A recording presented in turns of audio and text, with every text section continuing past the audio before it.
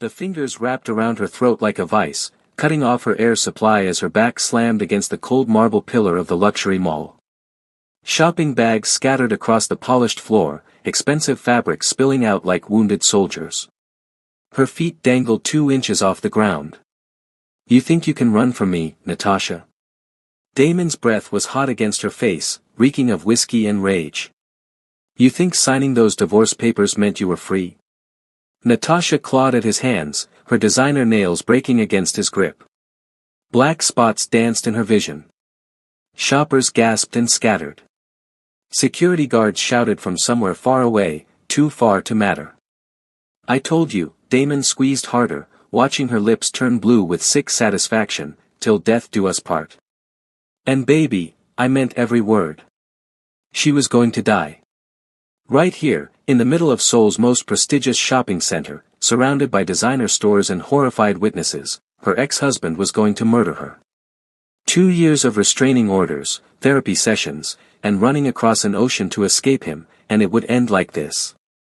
Then she heard it. The sharp crack of expensive leather shoes against marble, moving with purpose. A voice cut through the chaos like a blade through silk, speaking in Korean so cold it could freeze fire. "Release her. Now." Damon laughed without turning around. "Mind your business, pretty boy. This is between me and my wife." "Ex-wife," the voice corrected. "And you have exactly 3 seconds to remove your hands from her throat before I remove them from your body. Permanently." Something in that voice made Damon's grip falter. Not a threat. A promise. The kind of promise that came from a man who had made good on such promises many times before. Damon turned his head slightly, and Natasha watched the color drain from his face. Standing behind them was the most beautiful and terrifying man she had ever seen. Tall, broad-shouldered, with sharp features that looked carved from stone. His black hair was swept back from a face that belonged on magazine covers and warning labels.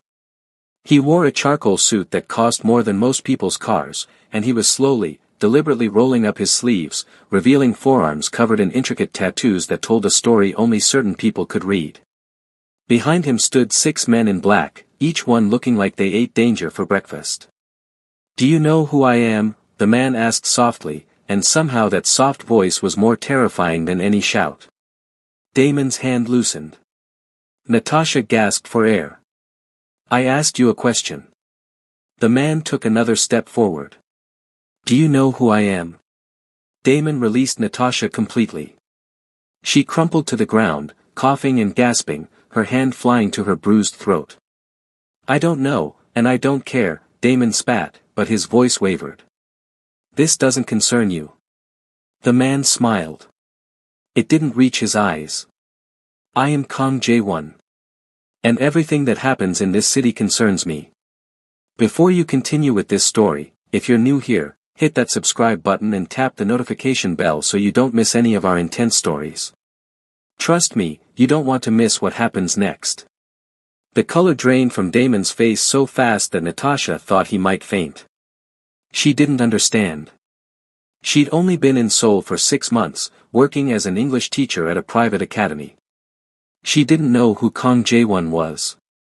But clearly, Damon did.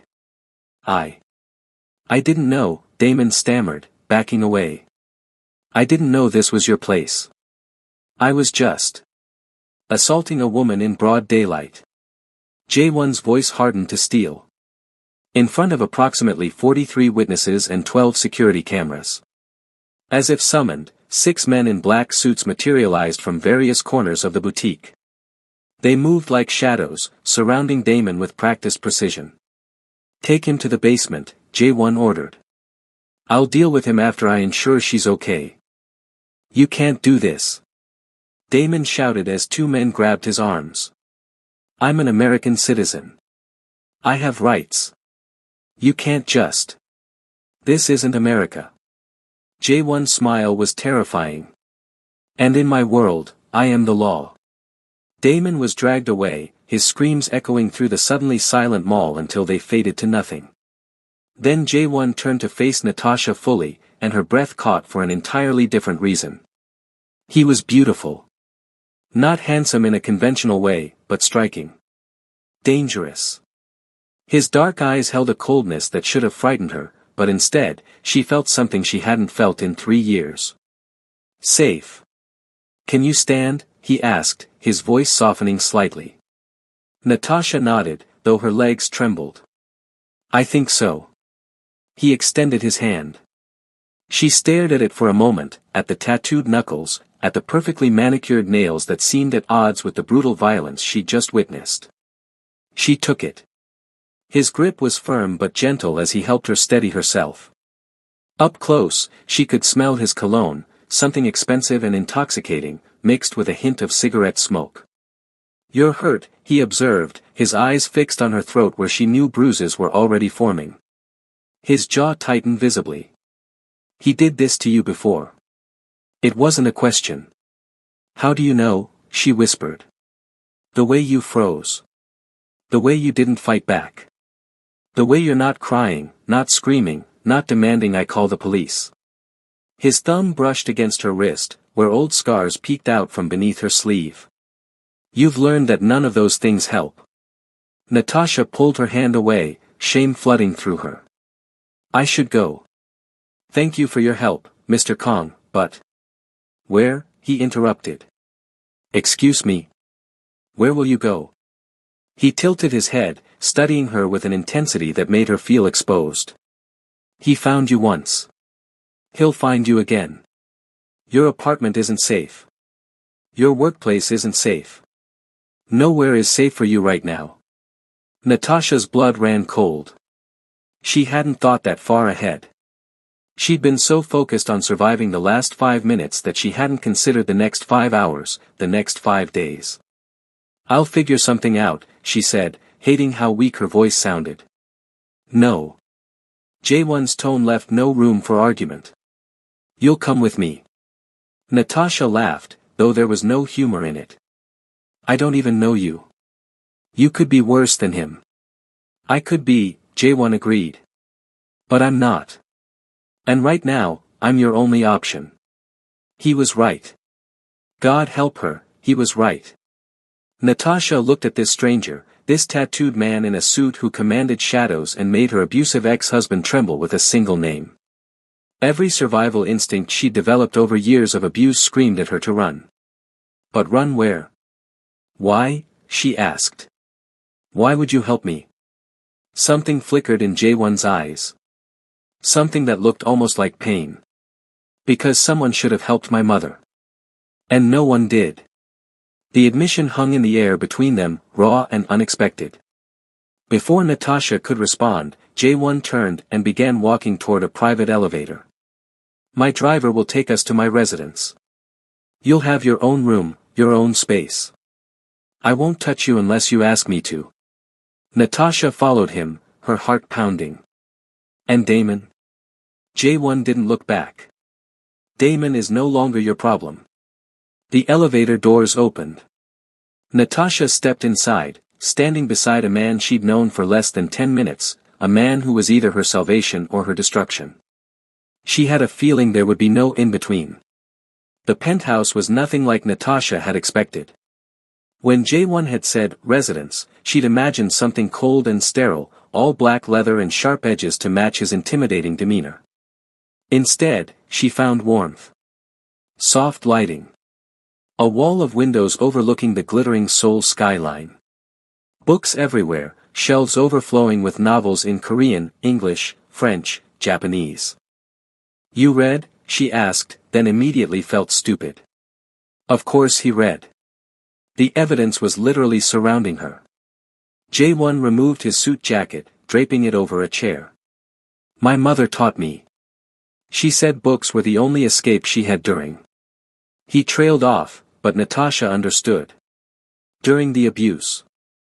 Mrs. Park, Jae-won called out, and a kind-faced older woman appeared from what Natasha assumed was the kitchen.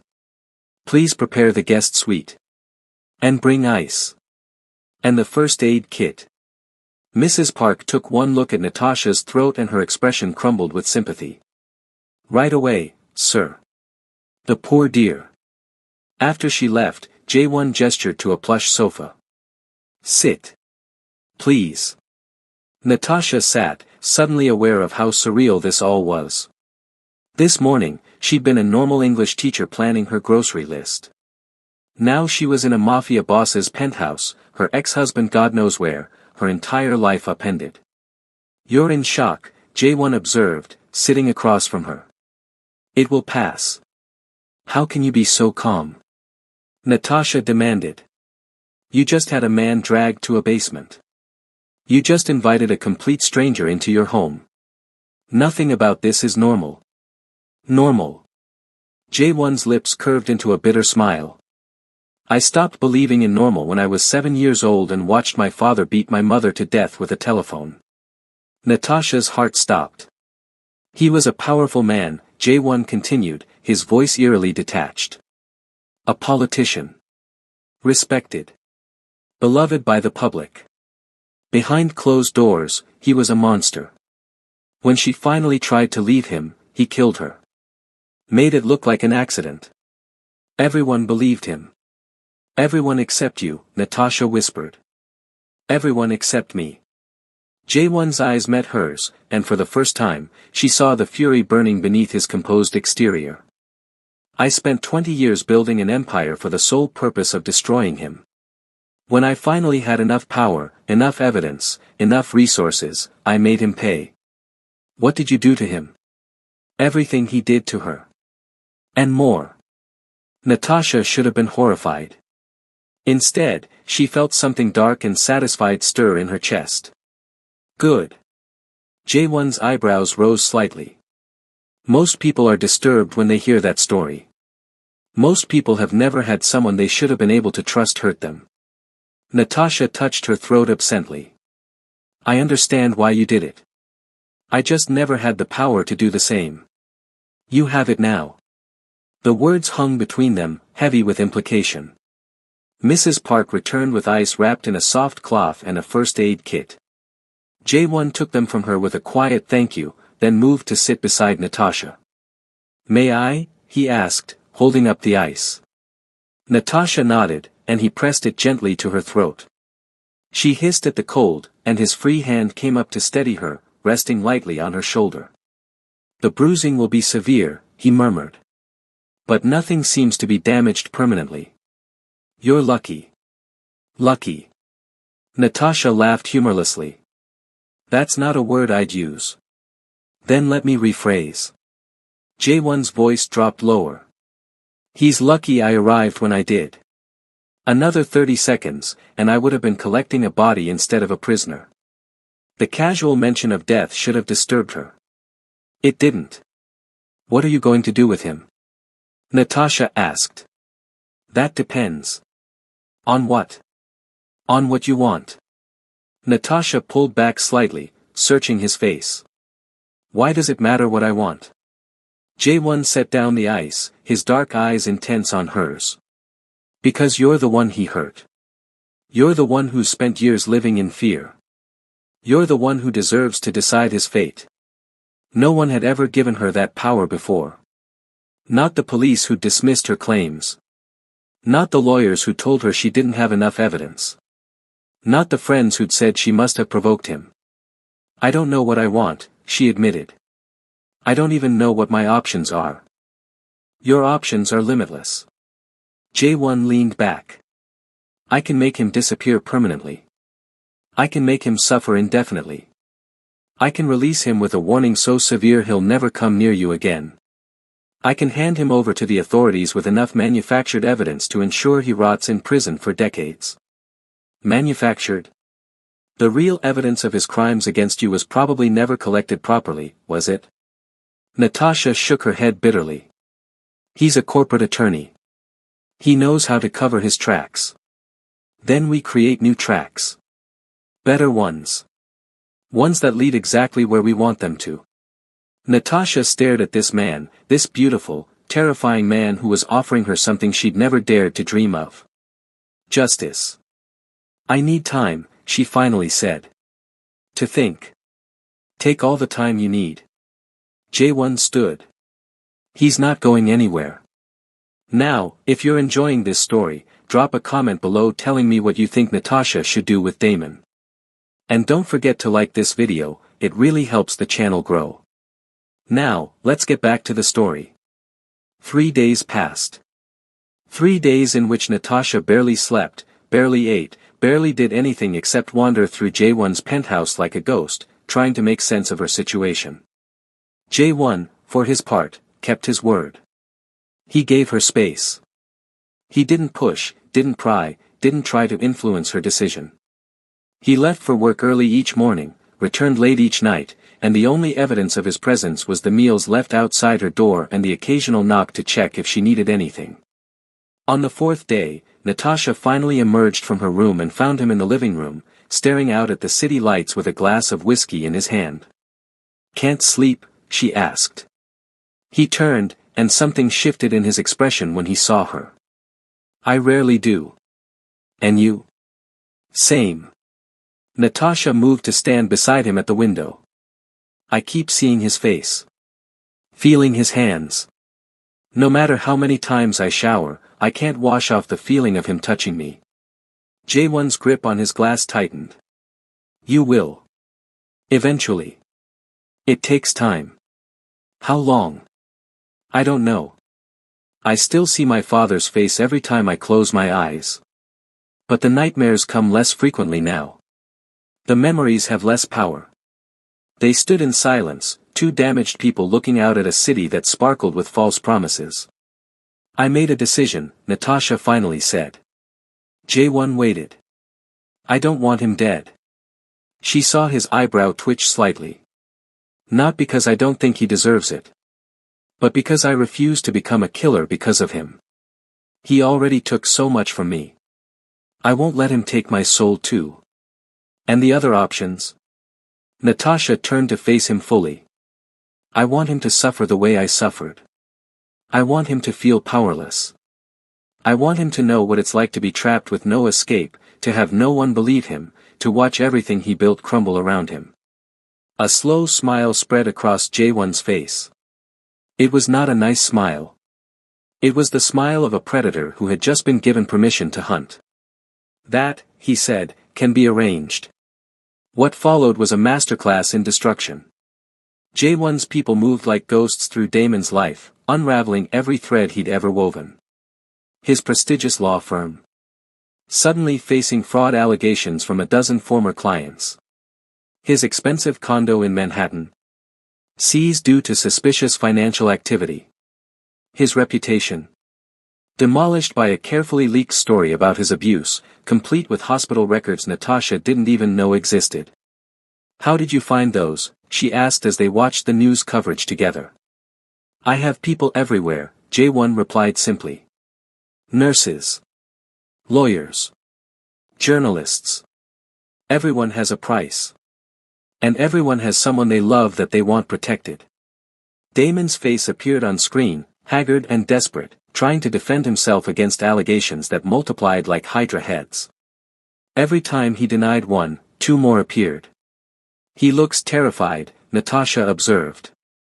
"He should be. This is just the beginning." But there was something else happening during those weeks of revenge. Something Natasha hadn't anticipated. J1. He was nothing like the cold, terrifying figure he presented to the world. Behind closed doors, he was quiet, almost gentle. He brought her tea when she couldn't sleep. He recommended books when she mentioned feeling restless. He told her stories about his childhood, the good parts, before his mother died, when she used to sing him to sleep in a language his father forbade her to speak. She was Korean, he said one night, when they'd both had too much wine and too little sleep. My father was Korean too, obviously, but he was ashamed of his heritage. Wanted to be more Western. More powerful. More everything. She was the opposite. She loved our culture, our food, our music. When he wasn't home, she'd teach me traditional songs. Do you still remember them? J1 hesitated, then softly began to hum. The melody was haunting, beautiful, filled with a sadness that made Natasha's chest ache. What do the words mean? She asked when he finished. It's a song about the moon watching over someone you love. My mother used to say she would become the moon when she died. So she could always watch over me. Natasha reached out without thinking, taking his hand. His fingers were warm, strong, and they curled around hers like they belonged there. She would be proud of you, Natasha said softly. Jaewon's jaw tightened. She would be horrified by who I've become. No. She would see a man who survived the unsurvivable. A man who protects those who can't protect themselves. A man who honors her memory every single day. Jaewon's eyes met hers, and for the first time, Natasha saw the vulnerability he kept hidden from the world. The little boy who'd lost his mother. The teenager who'd clawed his way up from tragedy. The man who'd built an empire on rage and grief. You see too much, he murmured. Maybe you don't let people see enough. The air between them shifted, charged with something new. Something dangerous. Something neither of them could deny. Jaewon's free hand came up, his fingers brushing lightly against her cheek. You should go to bed. It's late. I should, Natasha agreed, but neither of them moved. If you stay here, looking at me like that, I'm going to kiss you. Natasha's heart hammered against her ribs. And if I want you to? Then you need to be sure. Because once I start, I don't think I'll be able to stop. And you've already had one man take things from you without permission.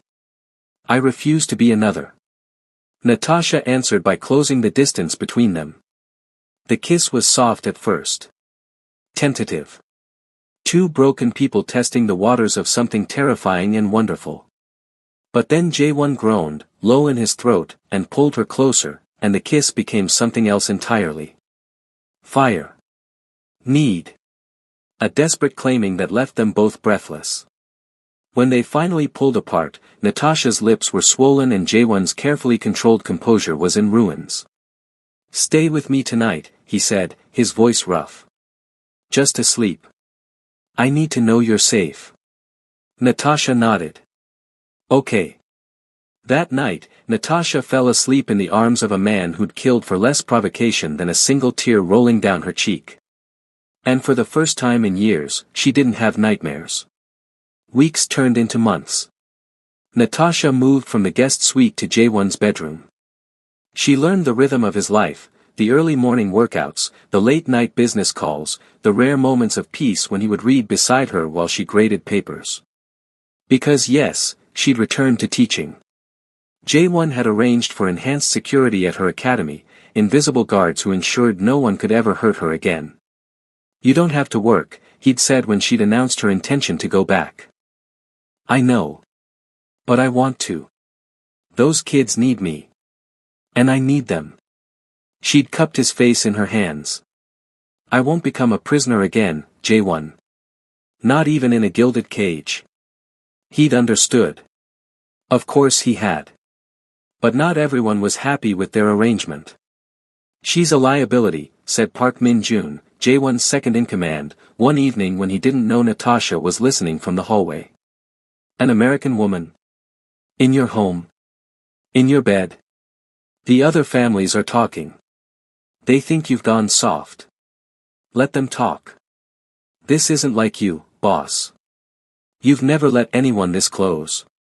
What makes her different? A long pause. Then, because she sees me. Not the Kang Jaewon who runs Seoul's underworld. Not the monster or the myth. She sees me. And she stays anyway. Natasha pressed her hand to her heart, tears pricking her eyes. The families won't accept her, Min-jun pressed. They'll use her against you. Then I'll destroy anyone who tries. Even if it means war. Jaewon's voice hardened to steel. Especially then. The conversation haunted Natasha for days. She'd known, abstractly, that Jaewon was powerful. Dangerous. But hearing about families and war made it real in a way it hadn't been before. She was falling in love with a man who lived in shadows. A man who had more enemies than she could count. A man who would burn the world down for her. Was that a blessing or a curse? The answer came sooner than expected. It happened on a Tuesday. Natasha was walking to her car after work when she felt it. That prickle at the back of her neck. That animal instinct that screamed danger. She turned. And there he was. Not Damon. Damon was rotting in a Korean prison, his transfer arranged by Jae-won's connections, his fellow inmates informed of exactly what kind of monster he was. He wouldn't survive his sentence. Justice, delayed but delivered. No, this was someone else. A man she didn't recognize. Tall. Cold eyes. A scar running down his left cheek. Mrs. Kong, he said, using a name that made her heart stutter. Your boyfriend has been causing problems for my employer. I'm not Mrs. Kong, she said, backing away slowly. And I don't know what you're talking about. No. The man smiled. Then allow me to educate you. Come with me quietly, and no one has to get hurt. Natasha ran. She made it 3 steps before she felt the sharp sting in her neck. A needle. Drugs flooding her system, making the world spin and blur. The last thing she saw before darkness claimed her was the man's satisfied smile. When she woke, she was in a warehouse. Classic. How very original of her kidnappers. Her hands were bound behind her back, her ankles tied to the chair. A single light bulb swung overhead, casting dancing shadows across the concrete floor. Good, you're awake. Natasha blinked, her vision clearing, and found herself facing an older man. Distinguished. Silver hair. Expensive suit. He looked like someone's grandfather. Who are you? She demanded, her voice steadier than she felt. My name is Chairman Yoon. I run one of the 3 major families in Seoul. And your boyfriend has been stepping on my territory. Jae-won will kill you for this. Chairman Yoon laughed, a cold, hollow sound. That's exactly what I'm counting on. You see, Kang Jae-won has always been untouchable. Too careful. Too controlled. But ever since you came along, he's been making mistakes. Taking unnecessary risks. All because of love. The word dripped with contempt. Love makes men weak, Yoon continued. And weak men can be destroyed. When he comes for you, and he will, my men will be waiting. 2 birds, 1 stone. Fear gripped Natasha's heart, but not for herself. For Jae-won. The trap was obvious. He would walk right into it because of her. He won't come, she said, desperately trying to buy time. We're not that serious. I'm just a woman he's sleeping with. He wouldn't risk everything for. The slap came out of nowhere, snapping her head to the side. Don't insult my intelligence, Yoon hissed. I know what you mean to him. My spies have been watching for months. The great Kang Jae-won, the coldest man in Seoul, reduced to a lovesick fool by a foreign English teacher. Blood trickled from Natasha's split lip. She tasted copper and rage. He'll kill you, she said again, quieter this time. And I hope I'm alive to watch. Yoon smiled. We'll see. Hours passed. Or maybe minutes. Time lost meaning in the dark. Natasha worked at her bonds, ignoring the way the rope cut into her wrists, ignoring the blood running down her fingers. She would not wait to be rescued like a damsel. She would not let Jae-won walk into a trap. The ropes loosened slightly. Then more. Come on, come on, come on. A commotion outside the warehouse doors. Shouting. Gunfire. He's here. Natasha renewed her efforts with desperate energy. The ropes gave way just as the doors exploded inward. But it wasn't Jae-won who entered first. It was Mrs. Park. Sweet, motherly Mrs. Park, who made the best kimchi jjigae and always tucked Natasha in when she fell asleep on the couch. Mrs. Park, holding 2 guns and dropping men with shots so precise they were almost surgical. Natasha's jaw dropped. Behind Mrs. Park came a flood of men in black, and at their center, Jae-won. His face was expressionless, but his eyes, God, his eyes were burning with a fury so intense it was almost physical. Chairman Yoon emerged from the shadows, a gun pressed to his own temple. One more step, and I'll. You'll what? Jae-won's voice was terrifyingly calm. Kill yourself. Save me the trouble. He kept walking. I'll kill her. Yoon screamed, swinging the gun toward Natasha. I'll. A shot rang out. Not from Jae-won. From Natasha. She'd grabbed a fallen guard's weapon while everyone was focused on the standoff. Her hands were shaking, her aim was terrible, but at this range, it didn't matter. Yoon crumpled to the ground, clutching his knee, screaming in agony. That was for slapping me, Natasha said, her voice trembling with adrenaline. Do you want to see what I do for kidnapping? Jae-won was at her side in an instant, pulling her against him so hard she could barely breathe. You're alive. You're alive. Thank God, you're alive. I'm okay, she whispered against his chest. I'm okay. I got myself free. I was going to. I know. I know you were. He pulled back, cupping her face in his hands, his eyes searching hers. You're magnificent. You know that? Absolutely magnificent. I'm also terrified. And I think I might throw up. And why does Mrs. Park know how to shoot like that? Jae-won laughed, a slightly hysterical sound of relief. She's former intelligence. Retired. I hired her as my housekeeper because I needed someone who could protect the house if I wasn't there. Of course you did. Natasha started laughing too, the absurdity of everything crashing over her. Of course the sweet grandmother who makes me breakfast is actually a spy. Former spy. Oh, well, that makes it completely normal. They held each other in the middle of the carnage, laughing and crying and utterly, completely alive. Now, before we continue to the ending of this story, make sure to hit that like button and subscribe to this channel if you haven't already. Trust me, you don't want to miss our next story. Now, let's see how this all ends. 3 months later. Natasha stood on the balcony of the penthouse, watching the sun set over Seoul. The city had become home in ways she'd never expected. The language, the food, the culture, she'd embraced it all. But more than that, she'd embraced her new life.